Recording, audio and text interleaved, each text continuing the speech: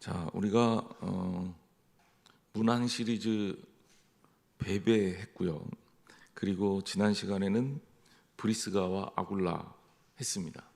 그 다음에 오늘은 좀 많이 할 거예요. 문안할 사람이 좀 많습니다. 문안할 사람이 많다는 얘기는 이 사람들의 정보가 성경에 그렇게 많지 않아요. 그래서 성경이 주고 있는 정보들을 좀 살펴보고 그 의미가 우리한테 무엇을 말해주고 있는지를 생각해 보고자 합니다. 사실 초대교회에 여기 언급된 사람들 말고도 정말 많은 사람들이 하나님의 손에 붙들려서 쓰임 받았습니다. 그런데 바울에게 그 중에서도 이렇게 골라져서 로마 교회에 소개되고 있는 인물들이 로마 교회를 중심으로 해서 얼마나 많은 하나님의 뜻을 실천하기 위해 살고 있었을까를 생각해 보게 됩니다. 그리고 이것들이 교회 역사가 얼마 안 된 시점에서 일어났던 일들이라는 것도 우리가 좀 생각해 볼 필요가 있습니다. 예수님이 32살 정도에 십자가에 달리셨으니까 사실 교회 역사의 시작이라고 하면 원래 이제 AD 4년 정도 생각하잖아요. 예수님의 탄생일이 AD 0가 아니라 AD 4년 정도로 추정하고 있거든요. 그러면 실제적으로 AD 한 36년, 7년 이쯤은 돼야 교회의 역사가 시작이 되는 거예요. 그리고 첫 번째 성경이 나타나고 있는 게 가장 빠른 성경이라고 지금 신학자들 사이에서 알려지고 있는 성경이 마태복음 아니고요. 데살로니가 전서 정도 될 거다라고 이야기를 합니다. 그게 한 44년, 45년 이렇게 돼요. 로마서의 기록 연대는 짧게는 60년에서 더 오래된 걸로 볼 때는 80년까지 보통 그 정도 사이로 이 연대기를 보게 되는데 제가 그냥 폭넓게 얘기한 거는 그런 주장들이 조금씩 다르기 때문인데요. 그러면 AD 100년 이전에 불과 예수님이 십자가에 달려 돌아가시고 교회의 역사가 3, 40년 된 시점에서 지금 일어나는 일들을 우리가 목격하고 있는 겁니다. 그러니까 책을 통해서 우리가 성경을 통해서 초대교회 상황을 볼 수 있는 것은 굉장히 급속하게 복음이 전파되고 있다는 것을 우리가 알 수 있고 이미 그때 이방인들에게 복음이 전해져서 짧은 시간 내에 신속하게 복음이 번져가면서 이방인 사역자들이 출현하기 시작했다. 그리고 교회가 굉장히 빠른 속도로 성장하기 시작했다라는 것을 알 수 있는 거예요. 그러니까 여기에 바울뿐만이 아니라 수많은 사역자들이 달라붙어서 일을 하고 있었고 초대교회는 정말 그야말로 놀랍게 부흥하는 시점에서 로마서가 쓰여졌을 거다라고 우리가 알고 있는 거죠. 자, 바울이 그런 로마 교회에 편지를 쓰면서 이 사람 저 사람 소개하고 이 사람 저 사람에게 문안하라고 권면하고 있는 이유는 결국 교회가 하나님 안에서 아름답게 성장하기 위해서 성도와 성도와의 관계가 중요한 일이고 그리고 확장이 되잖아요. 초대교회가. 그러니까 같은 교회를 다니고 같이 신앙생활을 하면서도 교인들을 다 모르는 거예요. 제가 청년 사역을 한참 하고 있을 때 한 주에 청년들이 10명에서 많이 오면 20명까지 매주 왔어요. 그러니까 제가 한 1, 2년, 2년, 3년 지났는데 모르는 청년들이 많아졌어요. 그러니까 이게 매주 만나고 매주 얼굴을 보는데도 일일이 다 알 수가 없더라는 거죠. 수련회를 갔는데 한 50명 정도는 제가 얼굴하고 이름하고 막 헷갈려요. 자, 이럴 때 이제 초대교회 같은 상황이 벌어지는 거라는 거죠.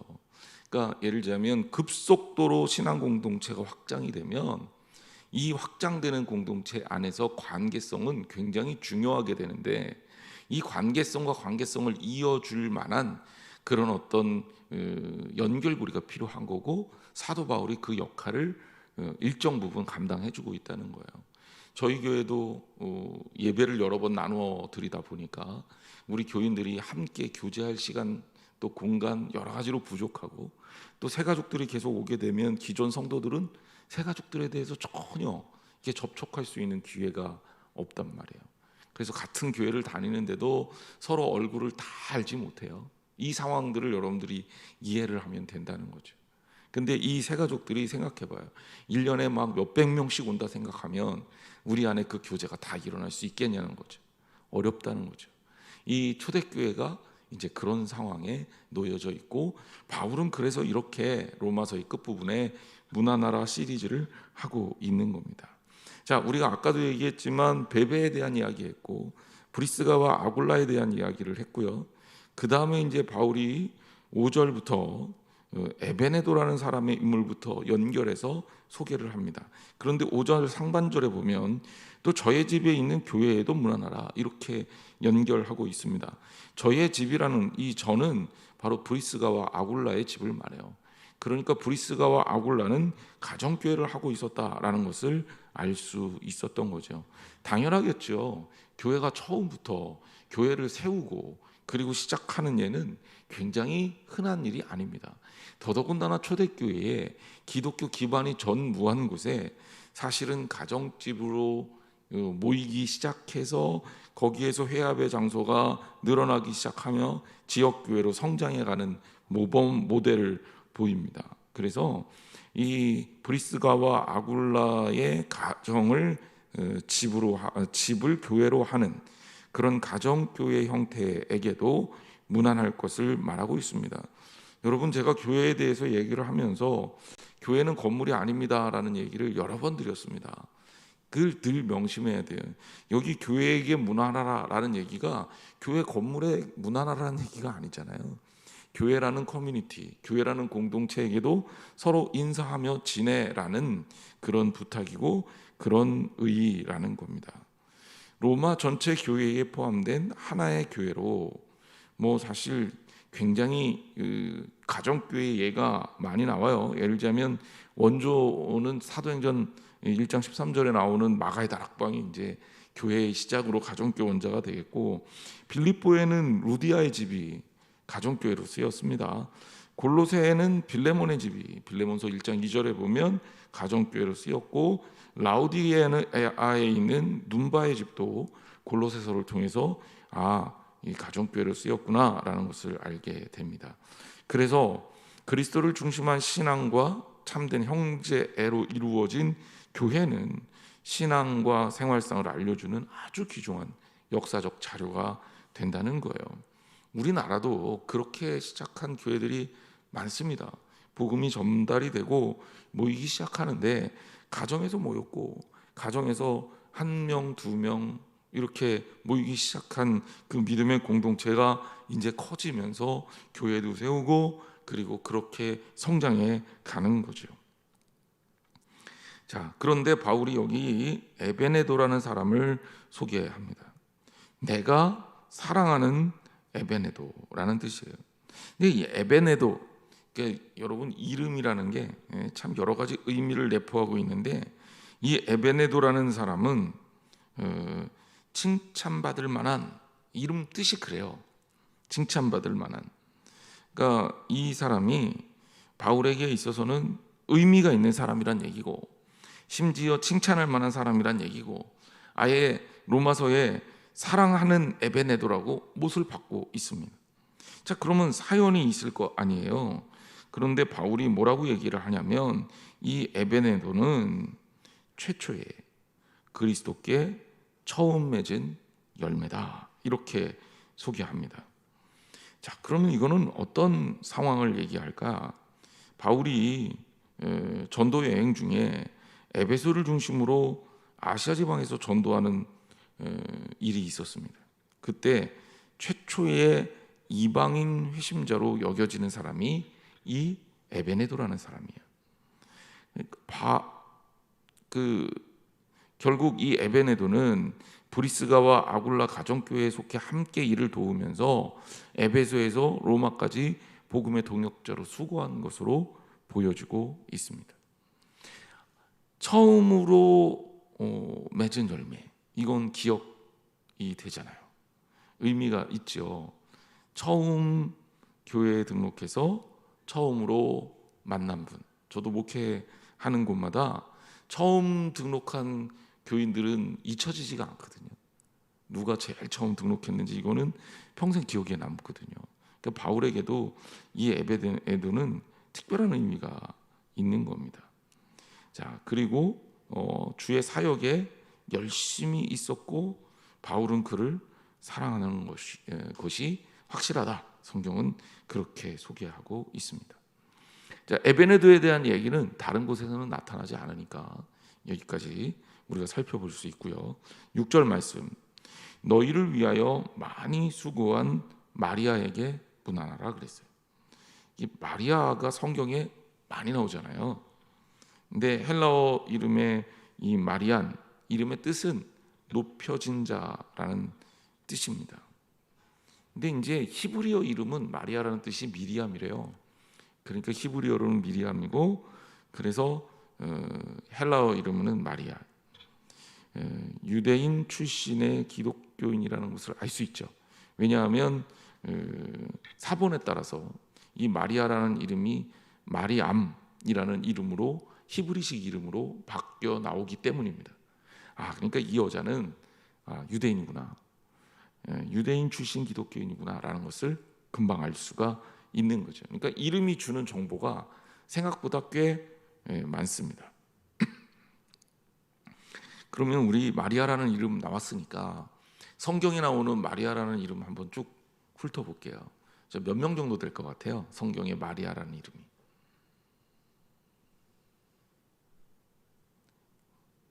모르겠어요? 예, 객관식으로 하죠. 1번 3명, 2번 5명, 3번 7명, 4번 9명. 몇 번인가요? 자, 1번 3명이다. 없어요. 2번 5명이다. 3번 7명이다.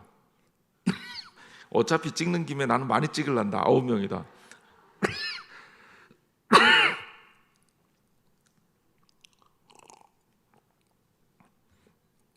신약 성경에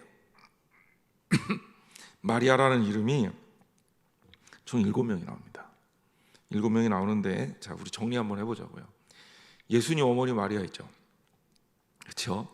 그 다음에 이제 이건 잘 아니까 그 다음에 막달라 마리아, 이것도 알지요, 여러분. 여기까지는 잘 알아요. 그 다음에 또 누구 있어요? 성경에 여기 마리아 나오잖아요. 지금 로마서에서 본 마리아 3명은 확실하다. 그 다음에 이제 누가 또 있냐면 마르다 동생 마리아가 있잖아요. 그렇죠? 이것만 해도 4명이죠. 그리고 이제 나머지는 성경 부분적으로 나와서 여러분들이 기억을 못할 텐데, 마가 요한의 어머니가 마리아입니다. 사도행전 12장 12절에 나와요. 그 다음에 글로바의 아내가 이름이 마리아예요. 요한복음 19장 25절에 나와요. 그리고 야고보의 어머니가 마리아입니다. 마태복음 27장 56절에 나옵니다. 7명이에요. 자, 행운의 7. 마리아는 7명이구나. 참고로 해봤어요. 왜냐하면 여러분들 마리아라는 이름이 워낙 많이 나오니까 굉장히 많이 헷갈릴 수 있는데, 사실 성경에 나오는 주요한 마리아는 예수님의 어머니 마리아하고 막달라 마리아하고 마르다 동생 마리아가 사실 많이 언급되는 인물이죠. 요 정도 알고 있습니다, 우리가. 근데 그것 말고도 이렇게 초대교회 때 열심히 일해서 바울의 이 문안 소개를 받았던 마리아도 있다. 그리고 글로바의 아내도 마리아고, 요한의 어머니도 마리아고, 야고보의 어머니도 마리아다. 이렇게 기억하면 되겠습니다. 근데 마리아라는 이름이 소개가 되면 이름이 좋아서 그런가 다 이렇게 훌륭한 사람들입니다. 여기 보면 마리아를 소개하면서 바울이 뭐라고 소개하고 있냐면, 너희를 위하여 많이 수고한 마리아다, 이렇게 표현합니다. 자, 바울이 교인들을 소개하면서 여기 로마서 16장에 문하나라고 하는 인물 중에 꽤 많은 인물이 여성이라고 얘기했잖아요. 그리고 이 여성이 가지는 위치, 의미가 굉장히 크다라는 것을 우리가 알 수 있다 그랬잖아요. 여기 이 마리아 로마교회 초창기 회원이라는 거 알 수 있고요. 그 다음에 그녀는 굉장히 많은 수고와 헌신을 했다. 그리고 신학자 고뎃이라는 사람은 베베나 브리스가 아굴라처럼 바울의 사역에 참여해 왔을 뿐 아니라 다른 사람들처럼 바울의 뒤에서 그의 선교 사역을 헌신적으로 지원했을 것이다 라고 설명하고 있습니다. 여러분, 이 마리아가 바울에게 있어서 또한 굉장히 애쓰고 수고한 마리아예요. 여러분도 하나님의 일을 하는 데 있어서 헌신하고 수고해서 마리아와 같은 여인들 되기를 주님의 이름으로 축원합니다. 자, 16장 7절 말씀으로 갑니다. 내 친척이요 나와 함께 갇혔던 안드로니고와 유니아에게 문하라. 그들은 사도들에게 존중이 여겨지고 또한 나보다 먼저 그리스도 안에 있는 자라. 자, 안드로니고와 유니아, 여러분 느낌이 오지 않아요? 이 두 사람의 관계는 뭘까요? 그냥 굳이 이렇게 한꺼번에 소개하는 이유가 있을 거 아니에요. 만약에 이 두 사람이 따로따로라면 안드로니고에게 문안하라, 유니아에게 문안하라 이랬겠죠. 그런데 둘을 붙여놨어요. 이유가 뭘까요? 브리스가와 아굴라는 어떤 관계였죠? 부부관계. 그죠? 안드로니고와 유니아도 부부관계였을 것이다 라고 보는 사람들이 많습니다. 왜 제가 많다 그랬냐면 그렇게 안 보는 사람들도 있어요. 이유는 유니아 때문이에요. 자, 그 이유를 좀 설명을 할게요. 여기 이 친척이라는 의미인데, 여기 이 친척이라는 말을 성경을 읽고 여러분들이 오해하면 안 돼요. 여기 이 친척은 쉰레게이스라는 문자입니다. 그런데 여기 친척은 이스라엘 사람들 사이에는 그냥 쉽게 쓰는 말이에요. 그러니까 바울의 진짜 친척이 아니라, 우리처럼 혈연으로 연결된 친척이 아니라 안드로니고와 유니아는 이 이스라엘 동료 사람이구나라는 거예요. 그러니까 친척이라고 호칭이 굳이 또한 더 됐다면 조금 더 가까운 관계를 맺는, 가족 같은 관계를 맺는 친척이다. 그러니까 동료다, 이런 느낌. 그러니까 앞에 우리가 보는 다른 유대인들도 있지만 친척이라고 언급되지 않은 유대인들도 있고 친척이라고 언급된 유대인들도 있을 거 아니에요. 언급이 안 된 유대인들은 동료라는 관계보다는 그냥 그 사람에 대해서 바울이 인정하고 소개하는 개념이라면, 친척이요 이렇게 얘기하면 이스라엘 사람인데 바울하고 동료적 관계를 맺고 있는 사람이다, 이렇게 보면 정확하게 맞아요. 그러니까 여러분들이 알 때 사돈의 팔촌 이런 친척이 아니라는 거, 그 의미를 좀 알아야 돼요. 자, 그 다음에 나와 함께 갇혔다. 그러면 바울이 옥에 갇힌 적이 있었다라는 얘기잖아요. 바울이 옥에 갇혔던 기록이 고린도 후서에도 나오고 고린도 후서 6장 그리고 11장 이렇게 언급이 되는데, 이들이 바울과 함께 갇혔다. 이 갇혔다라는 말을 그 의미를 따지면 전쟁에서 함께 포로가 된 자라는 뜻입니다. 그러니까 바울과 함께 갇혔는데 정확하게 어디서 갇혔는지는 몰라요. 정확한 기록은 우리가 찾을 수는 없어요. 뭐 추측은 할 수 있어요. 그래서 어떤 신학자들은 에베소가 아닐까 뭐 이런 얘기를 하기는 해요. 근데 에베소인지 어딘지 정확하게 모르지만 중요한 건 뭐냐면 같이 갇혔던 사람들인 거예요. 그렇게 고난을 같이 당했던 동지애 같은 게 있으니까 친척이라고 소개한 겁니다. 자, 그 다음에 안드로니고와 유니아라는 소개를 하고 있는데, 안드로니고는 남자 이름이에요. 그러니까 남자가 확실해요. 그리고 유니아는 여성 이름입니다. 자, 그런데 이 유니아의 이름을 가지고 논쟁이 많아요. 왜냐하면 뒤에 나오는 사도들에게 존중이 여겨지고라는 이 말 때문에 그렇습니다. 여기에 사도라고 지칭되는 사도는 원래 1차원적으로는 12명의 제자들을 가르쳐요. 그러니까 성경에서 사도 얘기할 때는 베드로, 요한, 야고보, 도마 이런 12제자를 가리켜서 사도라는 좁은 의미로 씁니다. 그런데 초대교회 때 이게 좀 확장이 돼요. 어떻게 확장이 되냐면 이 사도들 말고 주님의 부활을 직접 목격한, 그러니까 초대교회 때 사도라는 말을 쓸 때는 어떤 의미로 쓰냐면 예수님과 함께 삶을 경험했던 사람들 중에 크리스찬이 된 사람들을 사도라고 일컫습니다. 자, 그러니까 넓은 의미에서 12제자들 말고도 다른 사도들까지도 포괄해서 쓰는 개념이다. 자, 이게 2차적인 사도의 개념이에요. 자, 그런데 바울은 사도예요, 아니에요? 제가 맨날 물어볼 때마다 헷갈리는 거 물어봐서 대답하기 전에 망설이시는 것 같은데, 바울은 사도예요, 아니에요? 사도예요? 자, 12제자 중에 하나입니까? 아니에요. 예수님 승천하실 때 옆에 있었나요? 아니에요. 그럼 바울은 사도예요, 아니에요? 이 기준에는 맞지 않아요. 그렇죠? 하지만 일반적으로 사도라는 단어가 확장이 돼서 쓰이는 경우가 있습니다. 그래서 초대교회의 지도자들을 사도라고 쓰이는 경우가 있어요. 굉장히 한정적이에요.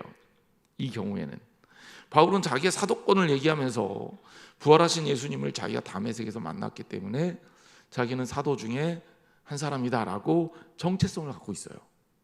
하지만 사도를 좁게 보는 사람은 바울이 사도냐? 에이, 이게 무슨 사도야? 라고 하면서 시비 거는 사람들도 있었다는 겁니다. 자, 어쨌든 바울은 사도라는 개념을 이 앞에 두 개보다 조금 더 넓게 보고 있습니다. 자, 그런데 이 안드로니고와 유니아가 자, 사도들에게 존중이 여겨졌다, 이렇게 쓰이잖아요. 여기 뭐 유명히 여겨졌다, 또 존중이 여겨졌다, 이름이 났다, 한편으로는 사도들의 인정을 받았다, 이렇게 얘기한단 말이에요. 근데 다른 사람 소개할 때 사도들에게 인정받았다는 얘기는 안 해요. 그러니까 안드로니고랑 유니아는 아주 특별하게 목회자들에게, 오늘날로 따지면 이 사도들에게 인정받았다는 거죠. 근데 바울이 사도라는 개념을 쓸 때는 1차, 2차 아니고 3차까지 확장해서 쓰는 개념이에요. 그러니까 초대교회 지도자들 중에 교인들의 존경을 받는 교회의 리더들에게 아주 넓은 의미에서 이 안드로니고와 유니아가 인정받고 있다는 사실이에요. 이게 굉장히 중요한 겁니다. 자, 그런데 신학자들 중에서 이 유니아를 놓고 또 논쟁이 벌어집니다. 왜냐하면 사도들에게 인정을 받았다라는 말을 넘어서서 이 성경 부분을 뭐라고까지 해석하는 사람이 있냐면, 유니아를, 이 안드로니고랑 유니아는 초대교회 사도와 동급으로 불렸던 사도, 세 번째 의미의 사도 중에 하나다라고 해석하는 사람들이 있어요. 이제 그렇게 볼만한 구절입니다. 그러니까 여기 안드로니고랑 유니아는 초대교회에 엄청난 영향력을 가진 사람이고 이미 꽤 유명한 사람이고 1차, 2차적 개념에서의 사도는 아니지만 3차적 개념에서의 사도의 범주에 들어갈 수 있을 정도의 영향력을 가진 사람이다, 이렇게 봐야 돼요. 자, 그런데 여기에 뭐가 문제가 생깁니까? 유니아가 여잔데 사도라고 3차적 개념의 교회 리더로 불리울 정도라면 초대교회에 과연 여자 사도를 인정할 수 있었을까라는 논쟁이 생기는 거예요, 신학적으로. 자, 베베라는 그 사람을 얘기하면서 이 베베가 초대교회 여자 집사다라는 표현을 이야기 드렸죠. 베베가 여자 집사의 반열에 이렇게 들어간 것만 해도 어마어마한 일이에요. 그런데 유니아가 여성인데 여성이 사도들에게 인정받았을 뿐만 아니라 사도들, 3차적 의미에서의 사도라고 그렇게 보는 신학자들도 있고, 한편으로는 그렇게 보지 않는 사람들도 있고, 이거 그냥 사도들이 이 두 사람을 인정한 거다라고 보는 사람들도 있고, 그런데 굉장히 특별한 사람이었을 것이다라는 것은 우리가 알 수 있는 것이고요. 또 하나 논쟁거리는 조금 더 나가지만 오늘 우리는 이제 성경 강해를 하는 시간이니까 여기까지 얘기하는데, 이 유니아라는 이름이 남성에게도 쓸 수 있는 단어라고 주장하는 신학자들도 있습니다. 그래서 안드로니고랑 유니아, 이 유니아라는 게 여인이 아니라 안드로니고의 동역자 바울과 실라, 이렇게 바울과 바나바 이렇게 불리우던 하나의 집단이 아니었을까라고 해석하는 신학자들도 있습니다. 자, 그러니까 지금 제가 이 유니아라는 여인 때문에 이 성경 해석자들 중에서도 막 시끄럽다는 거 알 수 있죠. 그러니까 제가 주석책 볼 때마다 여기에 대한 자료를 찾을 때마다 그 다 다르게 나와요, 조금씩. 그럼 우리는 어떻게 보는 게 맞느냐? 그냥 가장 일반적인 해석을 하는 게 맞다. 문맥상으로 저는 두 사람이 부부로 보는 게 맞을 것 같고, 유니아는 여성으로 보는 게 맞을 것 같고요. 그리고 사도 중에 하나라고 보는 것보다는 사도들의 인정을 받는 초대교회 리더들로 보는 정도가 가장 정확할 것 같습니다. 그렇게 보면 문제와 논쟁거리가 없어요. 다만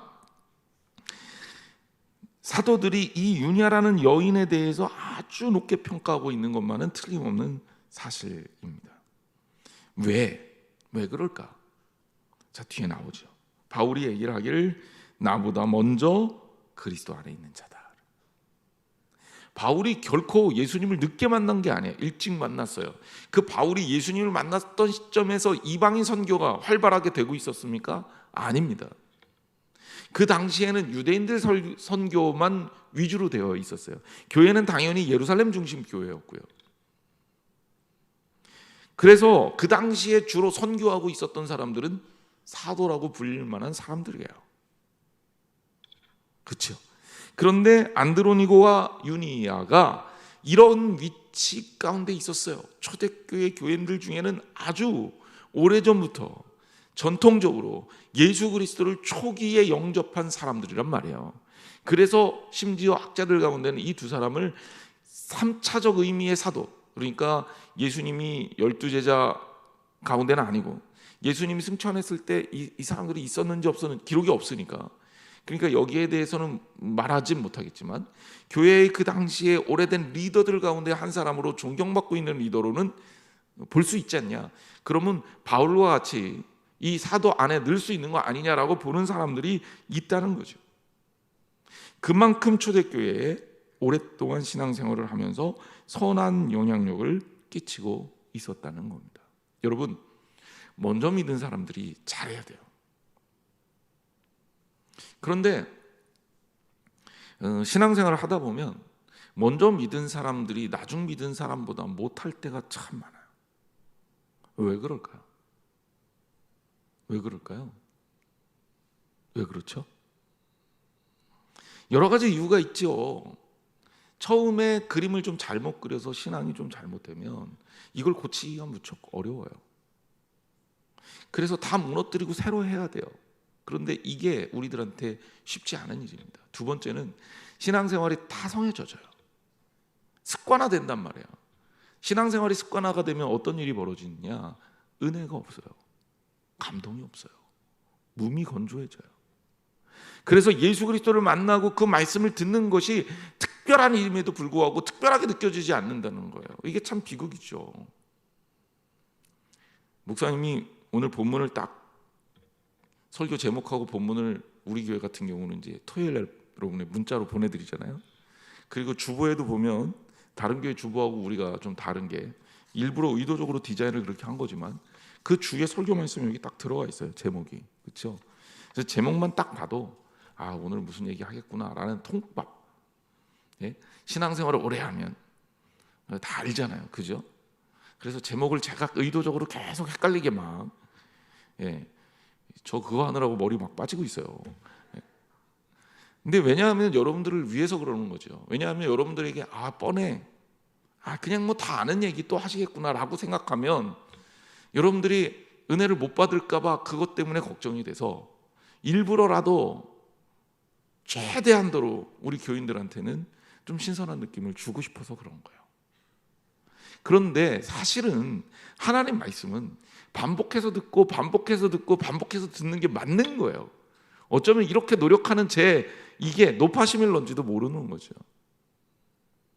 저도 설교를 하는 입장에서 같은 본문을 가지고 여러 번 설교를 하게 되잖아요. 그런데 설교할 때마다 똑같은 내용으로 똑같이 설교한다 그러지만 똑같지가 않아요. 예배를 주일날도 제가 이제 보통 3번 설교를 하잖아요.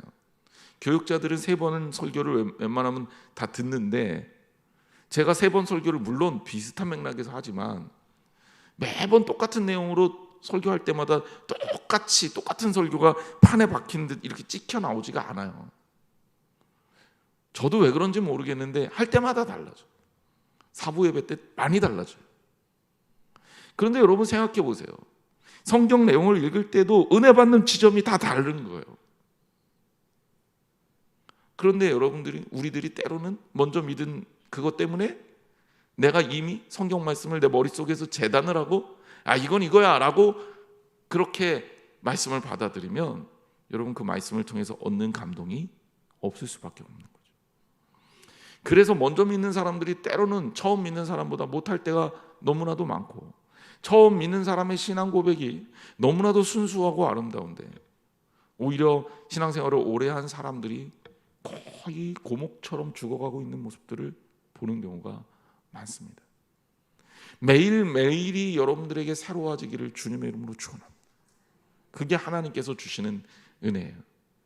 어떤 분들 그러더라고요. 목사님 걱정하지 마세요. 전 말씀 듣고 맨날 금방금방 까먹거든요.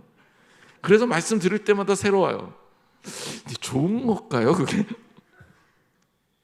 근데 사실 저는 우리 교인들이 까먹는 거 별로 원하지 않아요. 제가 계속 그래서 반복하고 지난번에 이런 얘기 했습니다라고 또 얘기하고 그러잖아요. 왜냐면 쌓여야 성장하거든요. 아는 만큼 보이거든요. 그러니까 말씀을 맨날 까먹는다는 얘기는 뭐냐면 머릿속에서 듣고 흘린다는 얘기예요. 그거 좋은 거 아니에요. 듣고 그 말씀을 일주일 동안 기억하면서 여러분 마음에 두고 살아야 돼요. 그게 우리 신앙생활이에요. 그러니까 저도 어렵지만 우리 교인들도 늘 그렇게 새로운 삶에 노출을 하면서 말씀을 붙들고 사는 게 훈련되시기를 주님의 이름으로 축원합니다. 그래야 그 가운데서 신앙이 자라는 거예요. 말씀이 깊이가 드러나는 거예요. 여러분 성경 거기서 거기지 다 안다고 그렇게 얘기하지 마세요. 저 내년이 목회 30년이고요. 설교를 제가 다른 목사들보다 좀 많이 했을걸요. 저는 전도사 때부터 설교 진짜 많이 했거든요. 그런데 여러분 그렇게 설교하는 사람들이 성경 말씀 하나 볼 때마다 얼마나 파고 설교하겠습니까? 그런데 모르겠어요. 똑같은 말씀인데 볼 때마다 다르게 보여요. 볼 때마다 다르게. 지난주에 말씀드렸던 이 부자가 예수님의 비유죠. 소출해놓고 하나님이 데려가겠다라는 이 말씀 그냥 평범한 설교로 그냥 아주 간단하게 심플하게 설교 많이 했었거든요. 그렇지만 지난주에 또 제가 본 부분은 이번 설교 준비하면서 새로웠던 부분들이에요. 여러분 우리가 하나님 말씀을 소중히 생각하고 매일매일 새롭게 말씀을 통해서 은혜 받으시길 바랍니다. 말씀은 변하지 않지만 말씀이 적용되는 환경은 바뀌고요. 말씀이 똑같은 말씀이 내게 다가올 때 어떤 능력으로 다가오느냐는 포인트가 달라요. 매일 밥을 먹어도 밥이 매일 맛있잖아요. 저만 그런지 모르겠는데 어제 고기 먹었으니까 오늘은 고기 안 먹을 거예요? 하지만 여러분 우리가 하나님 말씀 먹는다는 의미는 우리가 알고 있는 것보다 훨씬 더 뜨겁고 중요합니다. 그러니 여기 안드로니그와 유니아처럼 하나님 앞에 먼저 세워진 사람이라면 하나님 앞에 먼저 세워진 사람으로서의 역할을 하시기를 주님의 이름으로 축원합니다. 먼저 세워졌으면 그 먼저 세워진 것들을 통해서 처음 믿는 사람들이 보고 그 먼저 세워진 사람들의 삶을 통해서 배우고 경험하고 느끼고 그리고 그걸 따라가는 거예요. 여러분 오리 알지? 오리 오리 모르는 분들은 없겠죠. 오리가 태어나면 각인이라는 게 생겨요. 그래서 오리는 눈을 딱 뜨자마자 제일 먼저 본 대상을 엄마, 부모라고 인식합니다. 이게 각인이에요. 이 각인이 센 아주 강하게 나타나는 종류의 새들이 있습니다. 궁금하시면 오리 부화시켜서 한번 키워보세요. 오리, 거위 같은 동물들이 특히 그렇습니다. 제일 처음 짠하고 나타난 사람이 부모예요. 저는 신앙생활도 똑같다고 생각해요. 교회에서 새신자가 뭘 보고 배우겠습니까? 말씀이야 목회자의 설교, 성경을 통해서 배운다고 생각하지만 신앙생활의 행태는 교인들 보고 배우는 거예요. 그래서 교회에 뭐가 생기냐면 문화가 생겨요. 신앙의 패턴이 생겨요. 그런데 이게 잘못된 교회는 절대로, 그래서 고치기가 정말 어렵고 잘못되면 끝까지 계속 잘못될 가능성이 아주 높아요. 그러니까 제가 지난주에도 생각의 틀을 바꾸십시오라고 얘기하는 거예요. 우리 잘못된 건 고쳐야 되겠죠. 잘하고 있는 것들은 그대로 가져가야 되겠죠. 하지만 나도 모르게 잘못된 것이 있다면 고쳐야 돼요. 그런데 우리 안에 있는 사람들은 잘 몰라요. 왜? 우린 너무 익숙한 거니까. 우리 다 그러고 사는 거니까. 저요, 결혼하고 깜짝 놀랐던 게, 와, 장인어른 인사를 가는데 장인어른을 딱 보니까 우리 집하고 너무 달라요. 저는 모든 아버지들이 저희 아버지 같을 줄 알았거든요. 왔냐? 그러고 끝날 줄 알았어요. 근데 장인어른이 그냥 제가 차를 가져왔으니까 주차할 곳부터 다 봐주시고, 그리고 심지어 제가 아주 충격을 받았던 게, 제가 목사라고 해서 사위 구두까지 닦아주셨어요. 그거를 한두 번 한 게 아니라 매번 갈 때마다. 저는요, 저희 아버지가 구두 닦아주신 기억이 없거든요. 제가 아버지 구두는 몇 번 닦아봤어도 학교 다닐 때 아버지가 제 구두를 닦아준다, 상상도 못할 일이에요. 저희 아버지는 무뚝뚝하고 하루 종일 말이 없고, 웬만하면 나도 무서워서 말 안 시키고, 그 전형적인 가부장적인 집에서 자라다가 새로운 형태의 부모를 만난 거였어요. 충격이죠. 뭐가 맞습니까? 저는 앞으로 어떤 부모가 돼야 될까요? 여기에서 제가 역할의 혼동이 생기는 거예요. 저는 처음에 우리 아버지처럼 하면 되는 줄 알았어요. 근데 우리 아내가 아니래요. 그리고 아들이 오면 왔냐? 아니, 그리고 부모가 인사해야 돼요? 자식이 인사해야 돼요? 아니, 제가 집에 있고 자식이 들어왔어. 그럼 자식이 인사해야 돼요? 부모가 인사해야 돼요? 저는 자식이 인사해야 된다고 배웠어요. 그러니까 제가 나한테 인사하기 전까지는 나는 무게를 지키고 있으면 되는 거야. 나 할 일 하고 있으면 되는 거예요. 그런 줄 알았어요. 근데 아니래요. 근데 저는 아닌 게 맞는 것 같아요. 왜냐하면 그렇게 해봐야 부모는 외로워지기만 하거든요. 요즘 저희 아버지가 제가 가면 나오십니다. 놀라운 기적이에요.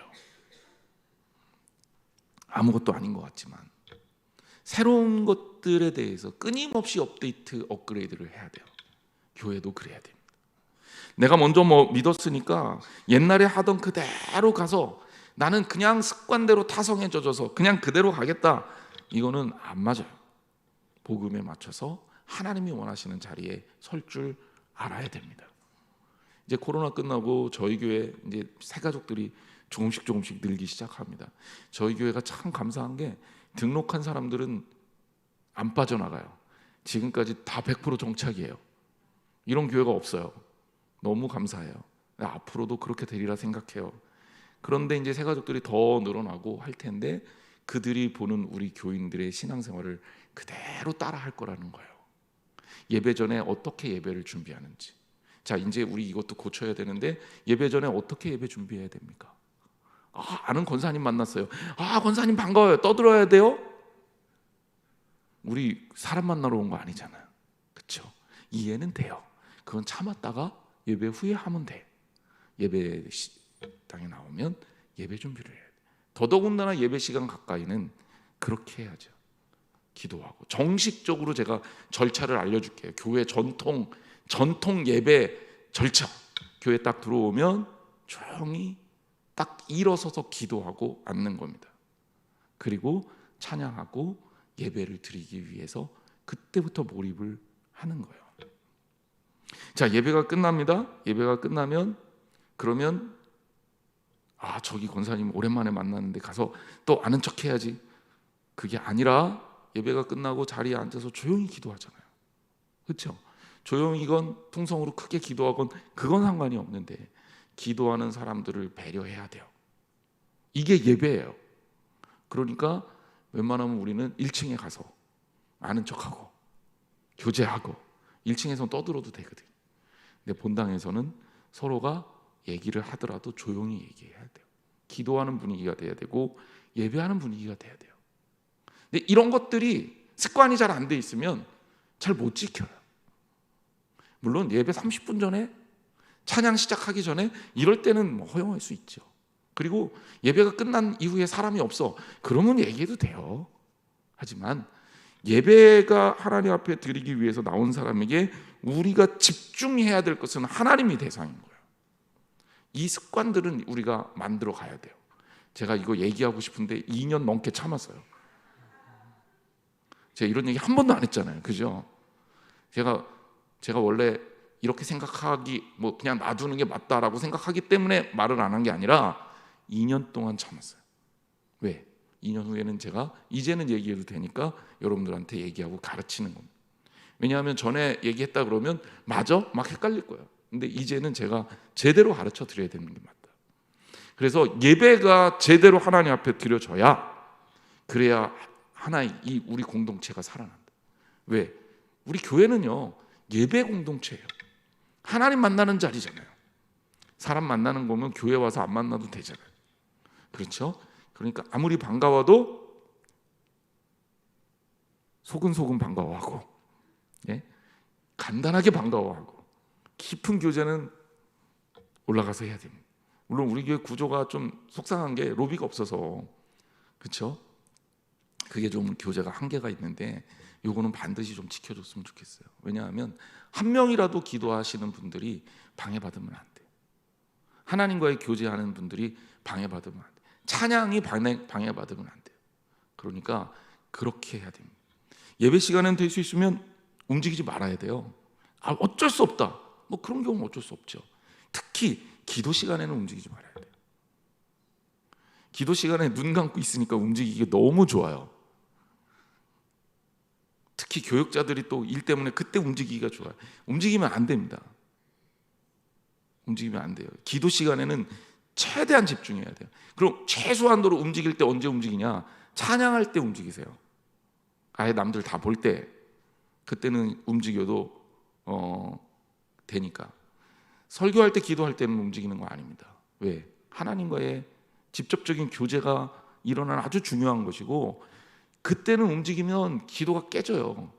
제가 이렇게 기도하고 있는데 이제 옆에 이제 뭐 필요한 거 막 갖다 주려고 교육자들이 움직이면 기도를 까먹어요. 그게 이제 목회 경험이 쌓이면서 이게 이제 능숙하게 대처할 수 있게 됐지만 이게 되게 힘든 일이에요. 집중력이 깨집니다. 여러분 기도하는 거 방해받으면 안 됩니다. 우리 기도하려고 나온 거잖아요. 말씀 듣는 거 방해받으면 안 됩니다. 우리 말씀 들으려고 나온 거잖아요. 그러니까 철저하게 예배하는 그 순간에 예배에 집중하고 그리고 배려해야 돼요. 그러니까 어쩔 수 없이 이동해야 될 경우가 생긴다면 그때는 우리 교육자들한테도 하는 얘기예요.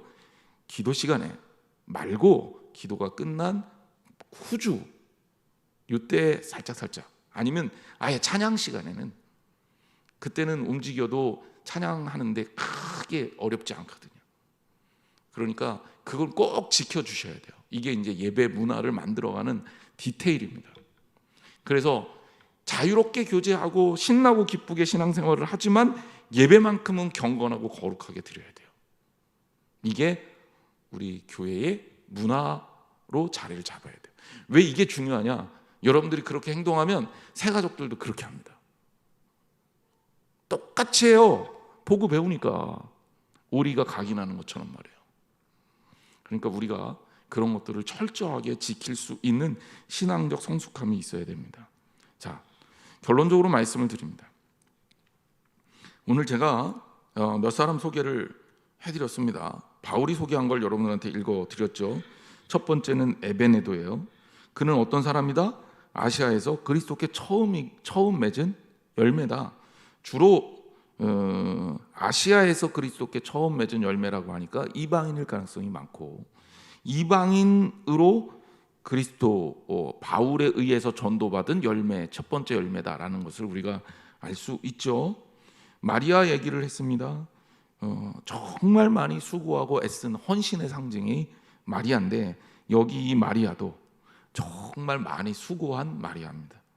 그리고 바울의 동료고 또 같은 친척이었던, 그리고 심지어 감옥까지도 같이 갔었던, 그리고 바울보다도 오히려 더 예수 그리스도를 먼저 영접했던 부부가 있다. 안드로니고와 유니아다. 이 둘은 사도들에게까지도 정말 귀하게 여기는, 존중이 여겨지는, 존경받는 그런 사람들이었다라는 것 우리가 살펴봤습니다. 여러분, 신앙의 이런 귀한 유산들이 우리들에게도 이어져서 여러분 한 사람 한 사람이 이렇게 귀하게 소개되고 귀하게 알려지고 우리들 마음에, 우리들 기억 속에 귀하게 남겨지는 한 사람 한 사람이 되기를 주님의 이름으로 축원합니다. 기도하겠습니다.